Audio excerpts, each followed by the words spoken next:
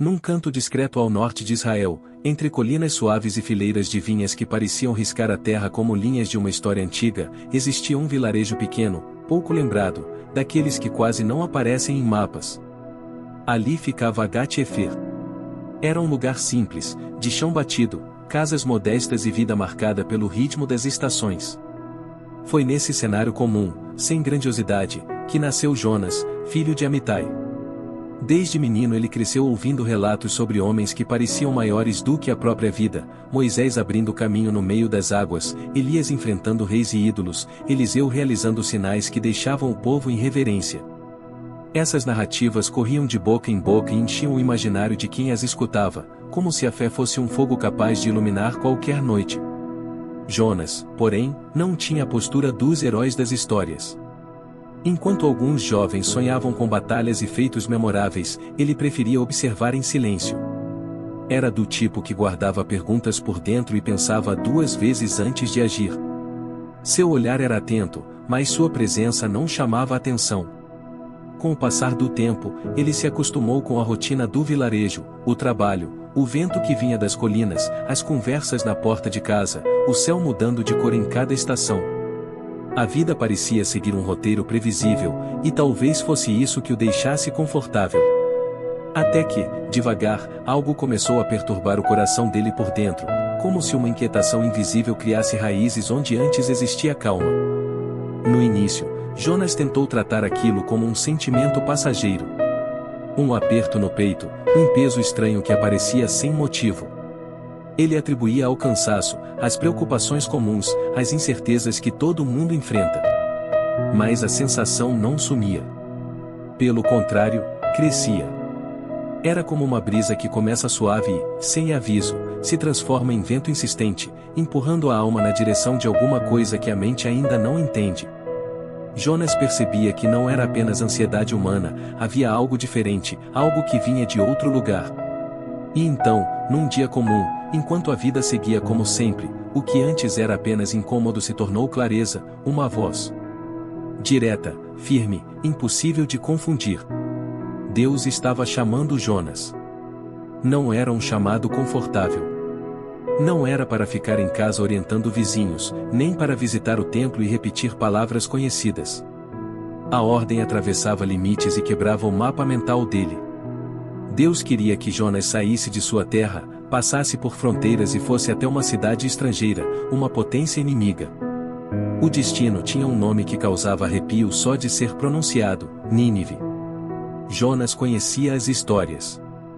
Sabia da crueldade daquele povo, das guerras, do medo que eles espalhavam, das humilhações e violências que se tornaram fama. Nínive não era apenas outra cidade. Para Jonas, era um símbolo do que havia de mais duro e ameaçador. E, ainda assim, Deus o enviava para lá com uma mensagem, um aviso de juízo, uma convocação ao arrependimento antes que a destruição chegasse. Jonas ouviu. Entendeu.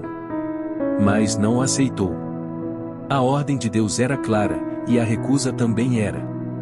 No fundo, havia algo que queimava dentro dele, a sensação de que Nínive não merecia misericórdia. Talvez ele pensasse: eles colherão o que plantaram. Que paguem pelo que fizeram. E havia mais, Jonas sabia como Deus era. Sabia que o Senhor não se alegra em destruir, que a misericórdia dele é mais profunda do que a lógica humana. Jonas temia que, se ele fosse até Nínive e anunciasse o juízo, o povo poderia se humilhar, e Deus poderia perdoar. E essa possibilidade, por incrível que pareça, era o que mais o incomodava. Para Jonas, justiça parecia melhor do que perdão. Ele não queria ser instrumento da compaixão para um inimigo. Foi então que ele tomou uma decisão que, naquele momento, lhe pareceu inteligente: fazer exatamente o contrário do que Deus mandou. Em vez de preparar os pés para ir ao leste, Jonas escolheu o caminho do porto. Em vez de se aproximar do chamado, buscou distância. Saiu de sua região e seguiu para Jope, onde o cheiro de mar misturado a peixe e madeira velha tomava o ar. Ali, entre comerciantes, marinheiros e gente apressada, ele tentou se misturar como alguém que não quer ser notado. Cada passo parecia ter um peso extra, como se o próprio chão quisesse segurá-lo e perguntar: para onde você vai? Mas Jonas seguiu, Porque quando a gente decide fugir, a pressa vira escudo contra a consciência. No porto, ele encontrou um navio prestes a partir para Tarsis, um destino distante, no extremo oeste do mundo conhecido. Para Jonas, era perfeito. Era longe. Era o máximo de distância que ele conseguia colocar entre si e a missão. Sem gastar tempo com dúvidas, pagou a passagem, subiu a bordo e carregou consigo um coração apertado, como quem tenta respirar enquanto corre. Por fora, ele fingia firmeza. Por dentro, havia conflito. Jonas sabia, lá no fundo, que não existe lugar onde Deus não alcance. Mas o ser humano tem uma habilidade estranha, consegue se enganar quando quer muito acreditar na própria mentira. E Jonas queria acreditar que daria certo, que o mar o levaria para longe do chamado. Quando o navio se afastou do porto e as velas se encheram de vento, Jonas desceu para a parte mais baixa da embarcação. Procurou um canto escuro, afastado, e se encolheu ali como se pudesse desaparecer. Queria silêncio. Queria que aquela voz se calasse. Queria adormecer para não pensar. E foi o que fez, dormiu. Não era um sono de paz, era um sono de fuga, um modo de desligar a mente para não encarar a realidade. Há momentos em que a alma está tão cansada de resistir que o corpo tenta escapar pelo cansaço. Jonas se entregou a esse torpor como quem tenta se afundar para não sentir a superfície. Mas o mar não respeita as fugas humanas quando Deus decide intervir. Sem aviso, o céu mudou de humor, nuvens escuras se juntaram de repente, como se alguém tivesse derramado tinta sobre o horizonte. O vento, que antes parecia apenas empurrar o navio, virou força contrária, agressiva. A água, antes calma como espelho, tornou-se violenta, levantando ondas enormes que batiam contra o casco com estrondo. A madeira rangia e gemia como se estivesse prestes a se partir. O navio sacudia como folha em tempestade. Homens experientes, acostumados a mares difíceis, ficaram desesperados. O pânico não respeita currículo. Eles corriam de um lado para o outro, lançavam carga ao mar, gritavam ordens, clamavam por deuses com nomes variados, numa tentativa de comprar salvação com desespero. Enquanto isso, lá embaixo, Jonas continuava dormindo. Era absurdo, quase ofensivo. A embarcação parecia estar morrendo e ele, imóvel no porão. Até que o capitão, ou algum marinheiro, desceu enfurecido, gritando, sacudindo Jonas com força. Como você consegue dormir numa hora dessas? Levante. Clame ao seu Deus. Talvez ele tenha compaixão e nos deixe vivos. Aquelas palavras atravessaram Jonas como uma lâmina. Não dava mais para fingir que nada estava acontecendo. A tempestade não era apenas meteorologia, era recado. A fuga havia sido encontrada. Jonas abriu os olhos ainda confuso, sentindo o chão balançar como se o mundo fosse líquido, e subiu para o convés. A cena lá fora era caótica. Água invadia a área superior, o vento cortava o rosto, trovões estouravam como tambores de guerra, e o medo tinha tomado conta. Os marinheiros, cercando Jonas, queriam respostas. Eles tinham a sensação de que aquilo não era apenas azar. Era como se um julgamento estivesse em curso. Quem trouxe essa desgraça para cima de nós? Perguntaram. E decidiram fazer algo que, para eles, era um modo de revelar a culpa, lançaram sortes. O resultado caiu sobre Jonas. O silêncio ficou pesado. Todos os olhos se voltaram para ele, esperando uma explicação que fizesse sentido no meio do absurdo. Jonas, encurralado, não tentou mais se esconder. Confessou. Disse quem era. Disse a quem servia. Sou hebreu. Adoro o Deus do céu, o Criador do mar e da terra. E então veio a parte que gelou o sangue de quem ouviu, estou fugindo dele. Os marinheiros ficaram em choque. Fugir do Deus que fez o mar, dentro do mar, em um navio, era como desafiar o próprio fundamento das águas. O vento parecia responder com mais fúria, como se a natureza concordasse com a gravidade daquele erro. Os homens, tremendo, perguntaram o que fazer para que o mar se acalmasse. Jonas não hesitou. Talvez porque, naquele instante, a verdade lhe pesasse mais do que a vida. Talvez porque ele entendesse que sua desobediência tinha arrastado outros para a mesma tempestade. Joguem-me ao mar, disse. Direto, sem enfeite. Era uma sentença que ele mesmo aceitou.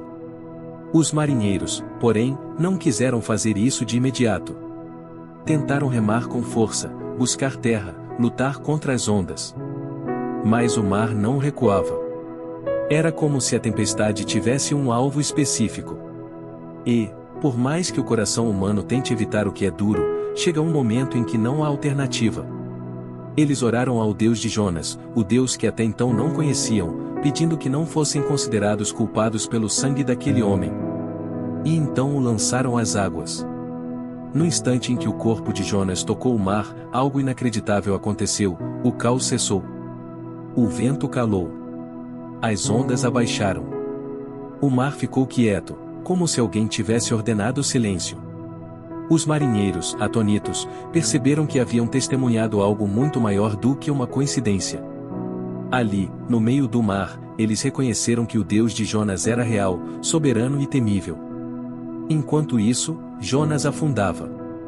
A água fechava sobre ele como um túmulo. A luz desaparecia. O mundo virava bolhas e escuridão. A sensação era de fim. Sem plano, sem fuga, sem ar. Apenas o peso da própria escolha. Mas a história não terminou ali.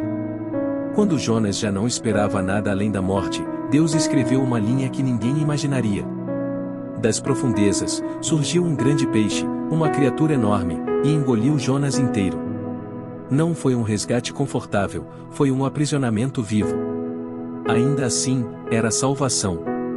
Dentro do peixe, o tempo perdeu referência. Não havia céu para medir dia e noite. Não havia horizonte. Só escuridão, calor úmido, cheiro forte, sons estranhos de um organismo vivo. Jonas estava sozinho, espremido, sentindo o chão viscoso sob os pés, com a respiração difícil. O estômago do peixe virou caverna, cela, sepultura. E, ao mesmo tempo, virou altar. Ali, onde não existia saída, Jonas finalmente parou de lutar. Não havia navio para pegar, porto para buscar, desculpa para inventar. Era ele Deus, sem distrações. E foi nesse lugar horrível que Jonas fez a coisa mais sensata que poderia fazer, orou. Não uma oração bonita, ensaiada, cheia de palavras polidas. Foi um clamor rasgado, vindo do fundo da alma. Foi confissão e pedido de socorro. Ele reconheceu que havia descido ao limite, que tinha sido engolido não apenas por um peixe, mas pelo resultado de sua própria teimosia. E ainda assim, naquele aperto, ele descobriu que Deus ouve. Mesmo quando a gente escolhe errado, Deus não fecha os ouvidos para sempre. Jonas derramou o coração. Lembrou-se de que o Senhor é capaz de alcançar até o fundo do oceano. Reconheceu que o Criador não é impedido pela distância, pelo escuro, pela água, pelo erro humano. Ele falou de aflição, de medo, de arrependimento. E, no meio daquele desabafo, algo começou a mudar por dentro. O orgulho foi se quebrando como casca seca. A resistência foi perdendo força. Jonas percebeu que fugir não havia resolvido nada, apenas o tinha levado a um lugar onde ele precisou encarar quem realmente era. E, diante de Deus, ele entendeu que o chamado não era um capricho divino, mas um propósito. A obediência, ali, deixou de ser humilhação e começou a parecer caminho de vida. 3 dias se passaram. 3 dias no ventre daquela criatura, como se fosse um intervalo entre morte e renascimento. Então, no tempo certo, Deus ordenou que o peixe devolvesse Jonas. A criatura se agitou, subiu, e de repente Jonas foi expelido numa praia. Ele caiu na areia como alguém que volta do impossível, coberto de sujeira, com cheiro de mar e de peixe impregnado, o corpo dolorido, a mente confusa. Ele respirou o ar de fora como se fosse a primeira respiração da vida. O mar atrás dele parecia calmo, quase irônico, como se dissesse, eu também obedeço. Jonas, ainda tentando se levantar, percebeu que o chamado não havia sido cancelado. A mesma voz voltou, firme, simples, inegociável, levante-se e vá a Nínive. Dessa vez, Jonas não discutiu. Não barganhou. Não procurou outro porto. Ele se levantou e começou a caminhar. Cada passo era uma resposta. O caminho foi longo, atravessando paisagens que mudavam como páginas viradas, regiões secas, pequenas cidades, áreas de passagem, lugares onde ele era apenas um homem andando com um propósito. A cada dia, Nínive deixava de ser uma ideia distante e se tornava realidade crescente. E quando, por fim, a cidade apareceu no horizonte, Jonas entendeu por que aquele nome causava medo. Era imensa. Barulhenta. Forte. Muralhas altas, torres, guardas armados, movimento de império. Nínive parecia um mundo inteiro concentrado em pedra e poder. Atravessar Nínive levaria dias. Era grande demais para ser visitada em poucas horas. Jonas entrou com a aparência de quem passou por tempestade e sepultura, roupa marcada, barba desarrumada, olhar profundo.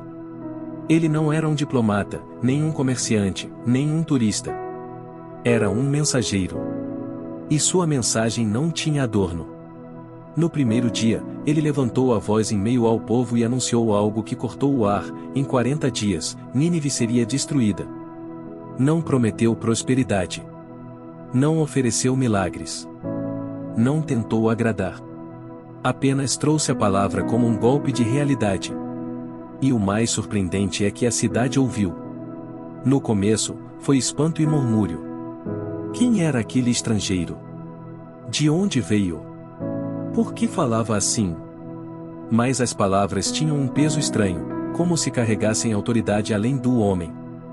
As pessoas comentavam nos mercados, nos becos, nas casas ricas e pobres. No segundo dia, a notícia já corria como fogo em palha seca. O aviso se espalhou por toda parte, atravessando classes e lugares, até alcançar o palácio. E então aconteceu algo que Jonas provavelmente não esperava: o rei não reagiu com sarcasmo nem violência.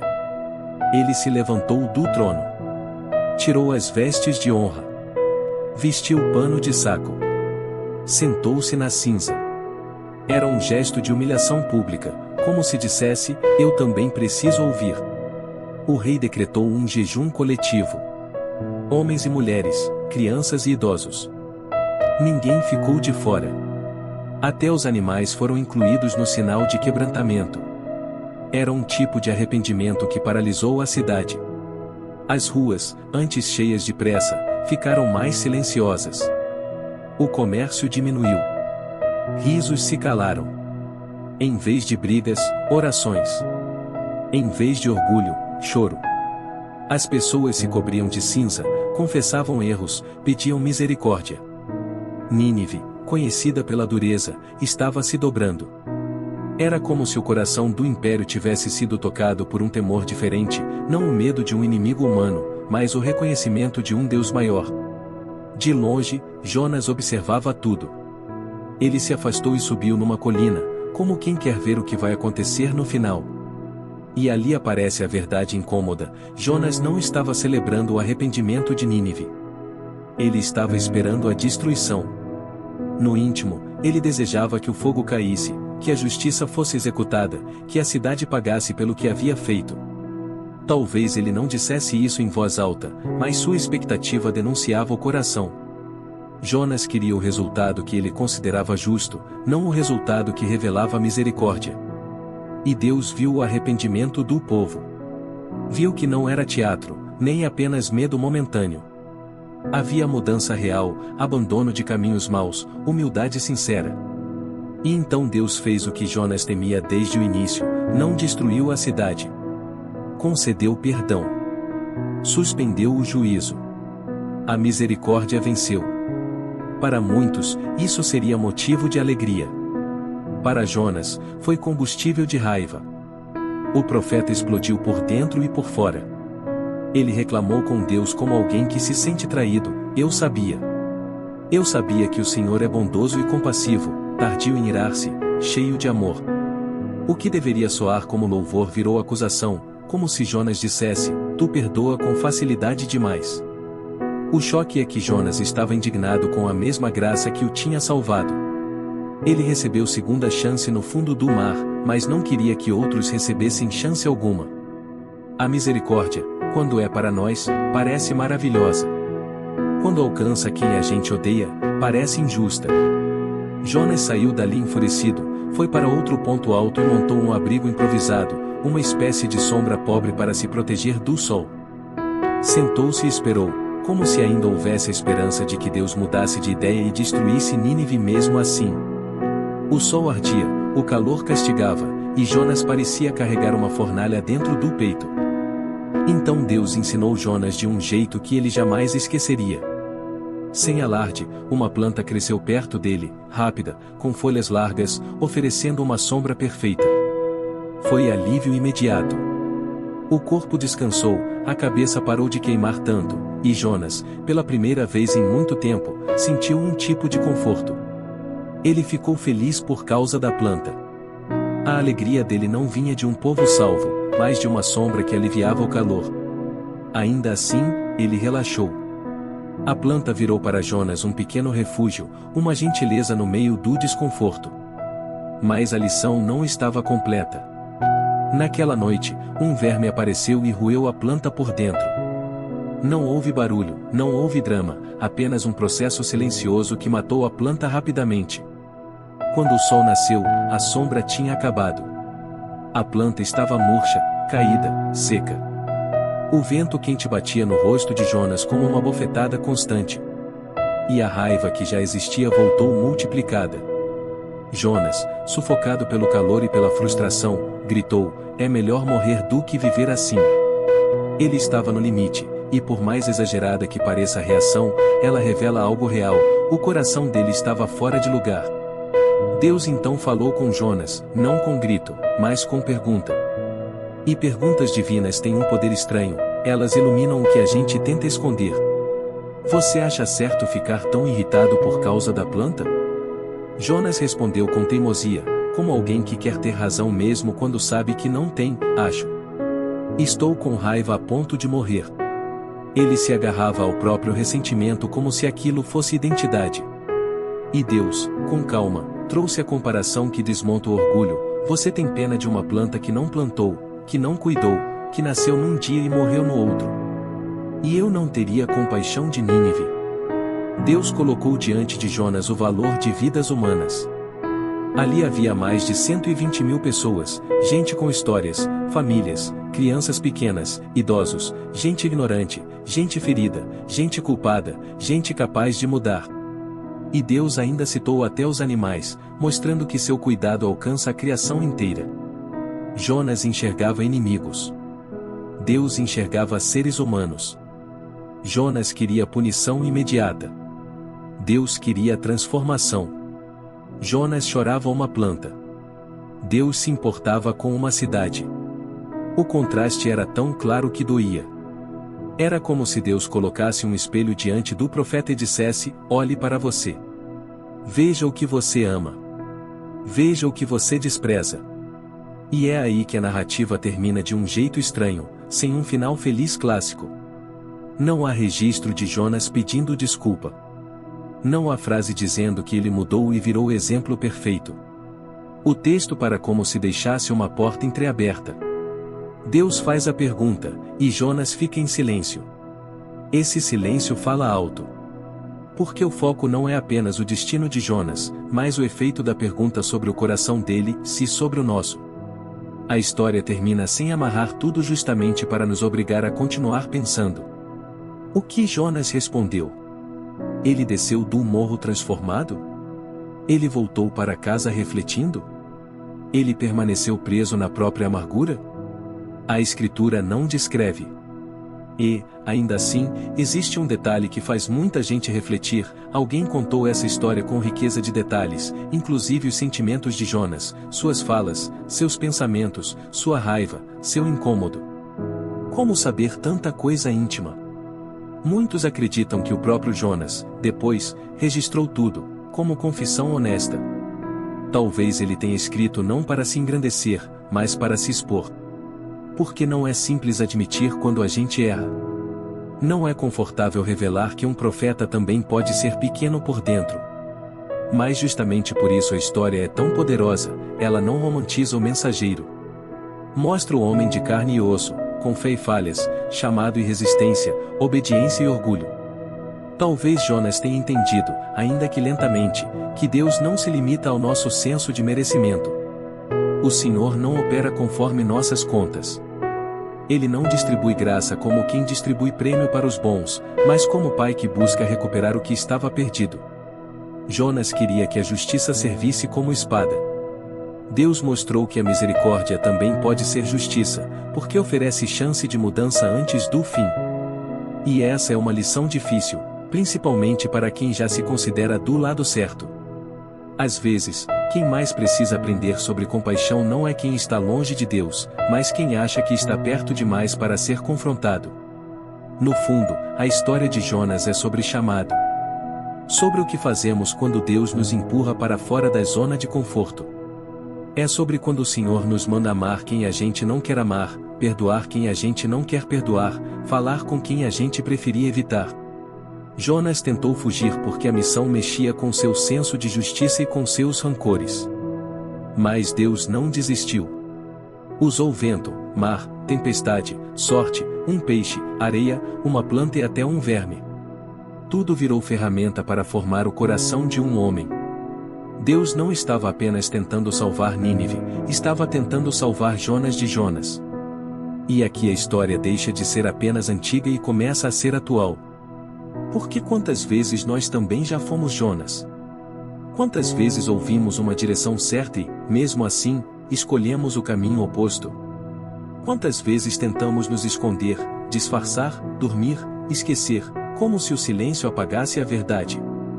Quantas vezes nos irritamos quando Deus é bom com alguém que, na nossa opinião, não deveria receber bondade? A narrativa não existe para nos fazer apontar o dedo para Jonas como se fossemos melhores. Existe para nos fazer enxergar que a resistência dele mora em muitos de nós. A grande pergunta que fica no ar atravessa o tempo: o que faremos com o coração de Deus? Vamos insistir em enxergar pessoas apenas como merecedoras ou não merecedoras, ou vamos pedir que Deus nos ensine a ver como Ele vê? Vamos obedecer por obrigação, com raiva, ou obedecer com o coração alinhado com a compaixão do Senhor? Porque obedecer de má vontade até pode cumprir uma ordem, mas não cumpre o propósito completo. Deus não quer apenas passos corretos, quer um coração transformado. E, às vezes, Ele nos confronta com uma planta murcha só para mostrar o tamanho do nosso ego. E é por isso que essa narrativa permanece tão forte, porque ela não termina com um ponto final. Termina com um espelho. Termina com uma pergunta pendurada no ar, esperando resposta. E a caneta, agora, está na nossa mão. Se você quiser continuar ouvindo histórias bíblicas com esse tipo de profundidade e emoção, mantenha essa chama acesa. Deixe seu like, se inscreva no canal e compartilhe com alguém. Acompanhe os próximos conteúdos e continue caminhando por essas narrativas que, mesmo antigas, ainda falam como se fossem de hoje. Deus te abençoe grandemente.